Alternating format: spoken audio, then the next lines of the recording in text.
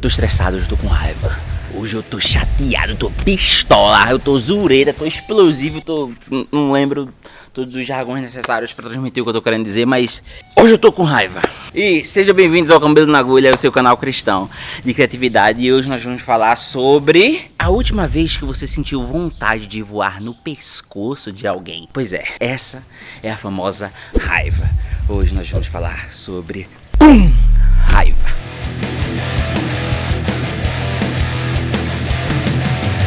E ao oposto do que provavelmente você imagina, a raiva em si não é uma coisa ruim. É um sentimento que está ligado ao nosso mecanismo de defesa, nos preparando para lutar ou fugir.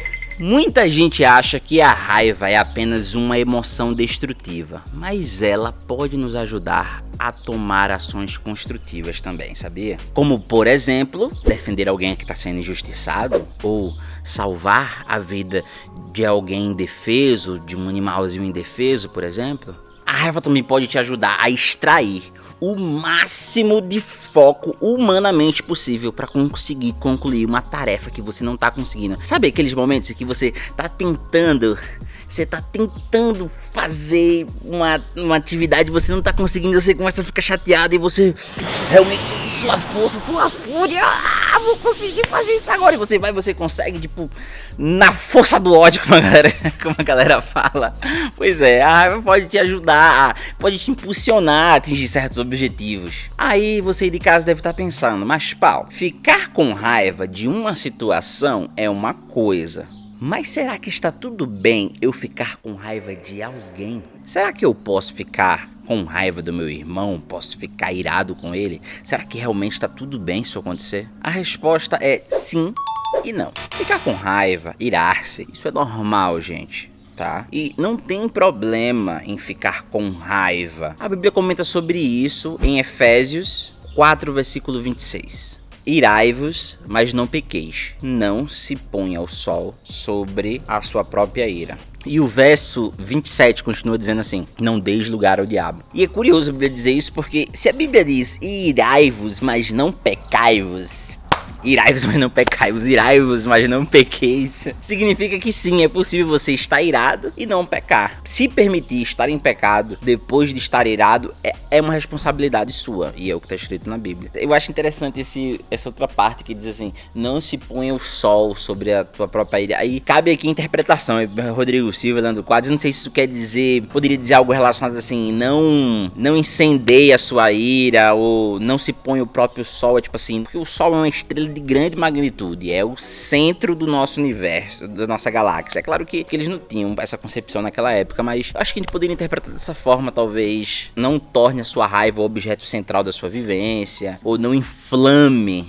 O sol o quê? Quais são as propriedades do sol? É quente, não é constante, não deixa a sua raiva de maneira quente, constante, inflamada. Uma outra forma de interpretar isso, que é uma coisa que eu pensei a primeira vez inclusive, é não permita que, por exemplo, não vá dormir com raiva e acorde com raiva. Não se ponha o sol sobre a tua própria ira. Não se permita permanecer muito tempo irado, porque isso pode levar você a pecar e pode contribuir para você dar lugar ao capiroto, mochila de criança, ao pé preto, ao capeta. Isso pode contribuir para dar lugar ao diabo na sua vida. Eu não sei porque chamou o diabo de mochila de criança, velho. Quem é que chama assim, menino? A galera chama assim, mochila de criança.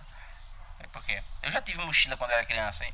O problema é que, raramente, a nossa raiva é construtiva. A grande dificuldade aqui, meus amigos, é conseguir irar-se sem pecar-se.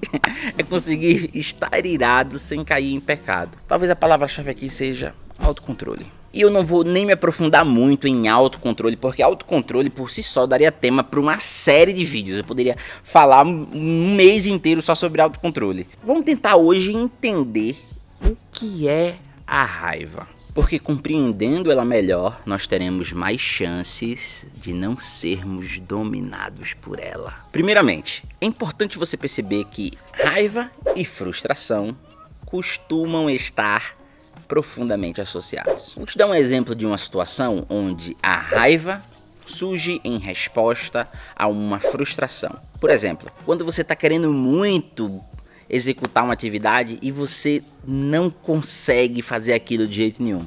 Você se frustra e logo você está com raiva. ou quando você se sente desprezado, diminuído ou desvalorizado. Uma forma simples de você entender é o seguinte: basicamente, quando alguém sente raiva, é porque algum limite pessoal dessa pessoa foi transgredido. Ou porque há um obstáculo impedindo esse indivíduo de alcançar uma determinada meta, ou porque essa pessoa talvez esteja se sentindo prejudicada de alguma forma. E é natural e normal sentir raiva em situações como essa.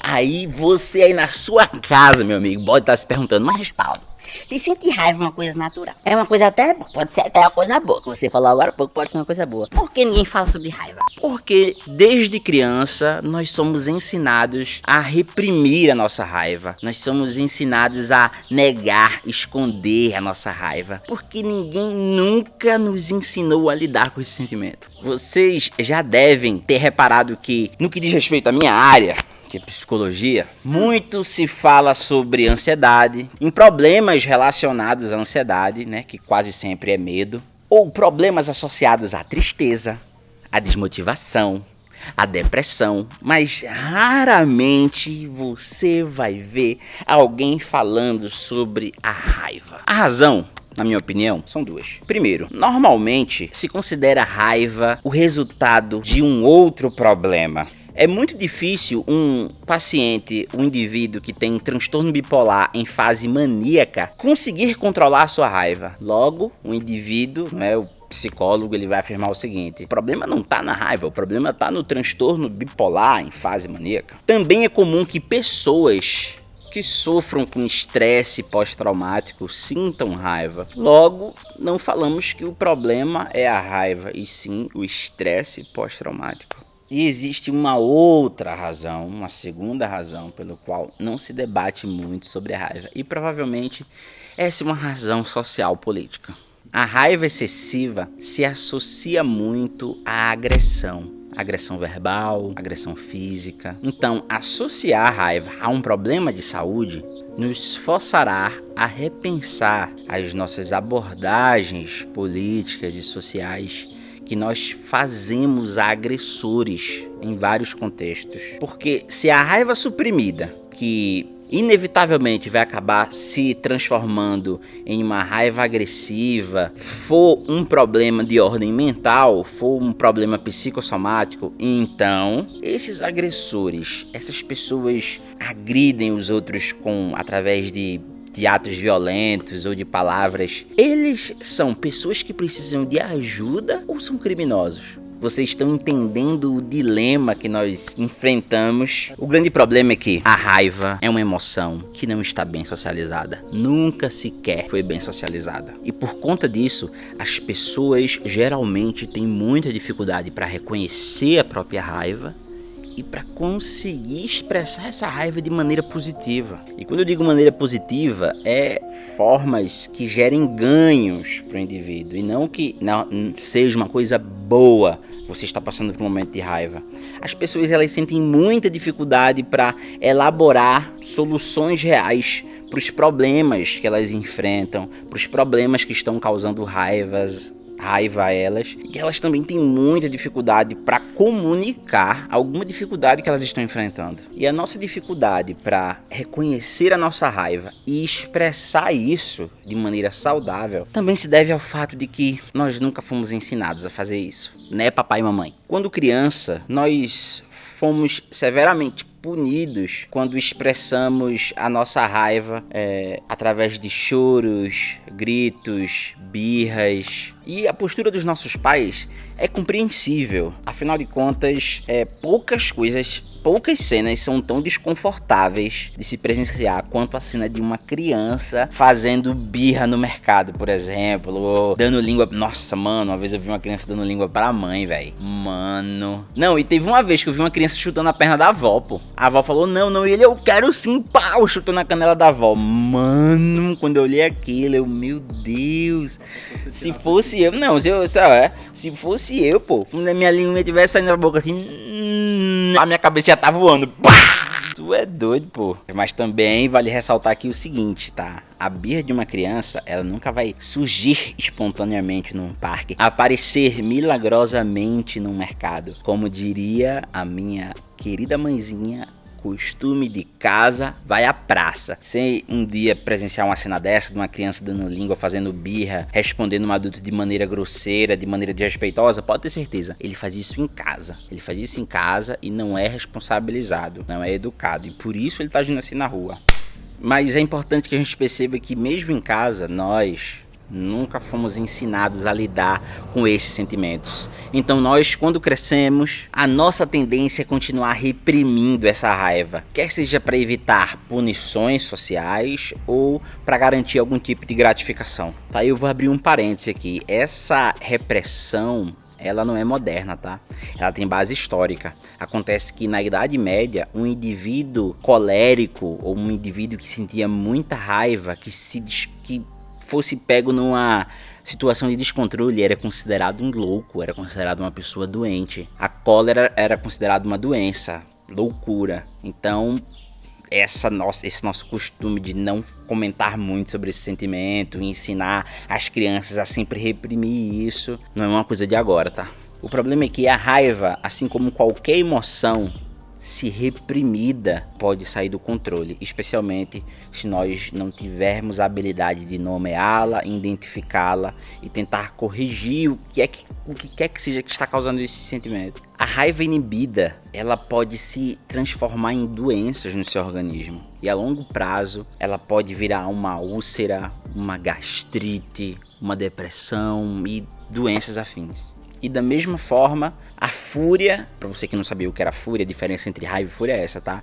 Fúria é a demonstração pública de uma raiva excessiva. Também não é aconselhável que você chegue a esse ponto, porque agir sobre os domínios das suas emoções não é considerado um comportamento saudável. Essa é a pior forma possível de expressar a sua raiva. A fúria. Principalmente porque quando você se encontra no estado de fúria, o seu cérebro ele não consegue analisar todas as informações que estão chegando e você não consegue perceber a situação como um todo. Pessoas tomadas por um estado de fúria costumam fazer muitas besteiras. Portanto, agir sobre o impulso da raiva pode trazer prejuízos irreparáveis para você e para os outros também. Mas, Paulo, o que é que eu faço com a minha raiva? Como eu lido com ela? Nós temos uma grande variedade de ferramentas conscientes e inconscientes para lidar com esse sentimento de uma forma eficaz e de um modo socialmente adequado. Mas existem 3 métodos que eu quero destacar aqui, que apareceram muito nas minhas pesquisas. Eles são constantemente citados, tá? É expressar, suprimir e relaxar. Expressar. Se esforce para expressar o seu sentimento de raiva de um modo que seja honesto e de preferência que não seja agressivo. Por que você tá chateado? Sabe o que é? Não, pode falar, pô. É porque eu quero te matar. Tente expressar sua raiva de uma forma que não seja agressiva. O ideal é que a sua raiva seja expressada de maneira coerente. O ideal é que a sua raiva não seja negada, que a sua raiva seja assumida. Assuma. Primeiramente para você, eu estou com raiva. Se você precisar, você pode falar até em voz alta. Eu estou com raiva. Nesse momento, você precisa olhar para o outro e dizer claramente o que é que está deixando você com raiva, qual a sua necessidade e de que forma essa necessidade poderia ser atendida. A regra principal aqui é respeito próprio e o respeito dos outros. E esse simples ato de parar e assumir a sua própria raiva com frases como, por exemplo, sim, eu estou chateado, eu estou com muita raiva nesse momento, poderá agregar mais autoconhecimento a você e levar você a ter mais consciência sobre os seus sentimentos. Se possível, converse francamente com a pessoa que tá te incomodando. Vamos supor que seja uma pessoa, né? Pessoa que tá te causando raiva. Se possível, converse francamente com ela, olhando olho no olho, dizendo frases mais ou menos assim: o que você fez me deixou muito chateado. Olha, eu esperava outro comportamento da sua parte. Por que você tá agindo desse jeito? Se você conseguir desenvolver esse hábito, isso vai te dar muito mais autoconsciência sobre seus sentimentos. Segunda dica: suprimir. E é importante ressaltar que o que deve ser suprimido não é a raiva, e sim as manifestações violentas, agressivas dessa raiva. Isso deve sim ser suprimido, essas manifestações, pois elas transformam a sua raiva em fúria, agressividade e destruição. Eu já falei e vou repetir, que fique claro que não é raiva que deve ser suprimida, e sim esses comportamentos agressivos e descontrolados que podem ser frutos dessa raiva. Terceira dica: relaxar. Relaxar significa não apenas controlar de maneira mecânica as expressões desse comportamento, mas também as suas respostas internas. Se você consegue fazer essas duas coisas, controlar as respostas internas e as expressões do seu comportamento de maneira mecânica, consequentemente, o sentimento ele acaba sendo controlado. Esse relaxamento ele pode ser induzido, por exemplo, através de exercícios de respiração. Eu vou te dar uma dica, tá? Uma dica de autocontrole fantástica. É um exercício de respiração. Sempre que você estiver chateado, estiver com raiva, você pode praticar. Sempre que você estiver se sentindo estressado, sentindo que vai perder o controle, inspira contando de 1 até 5. Prende contando de 1 até 5 e solta contando de 1 até 5. Vamos fazer? Vamos lá.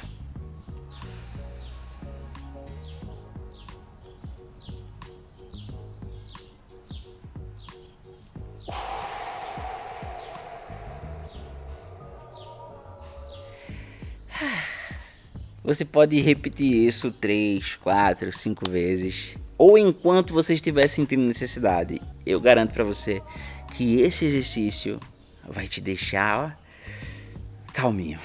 E se você sente com bastante frequência esses impulsos violentos, maldosos e agressivos, o acompanhamento psicológico é extremamente importante, tá? Para que você consiga desenvolver comportamentos mais assertivos, posturas mais adequadas. É importante lembrar que o auxílio psicológico ele é essencial em certos momentos da nossa vida. Faça terapia, tá? Terapia é top. Terapia, ó.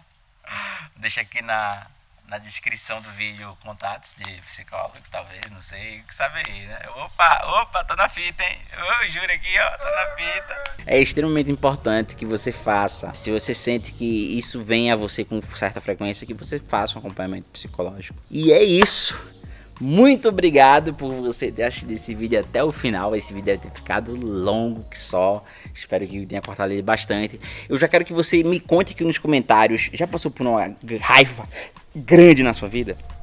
Quero que você me conte aqui nos comentários qual foi a situação da sua vida que se passou mais raiva, ou alguma situação que te deixou muito chateado, muito estressado, tá? Compartilha esse vídeo com seus amigos. Se você achou essa informação legal, interessante, manda no grupo da família, manda no grupo da igreja, manda pra aquela indireta. Irmão, se controla aí, mano. Manda esse vídeo, tá? Eu fico muito feliz por você ter estado aqui até a gente. Deixe seu like, porque é isso que impulsiona esse trabalho, tá? Toda essa pesquisa, esse vídeo, tudo que é feito de coração pra você. A gente não ganha um centavo com isso.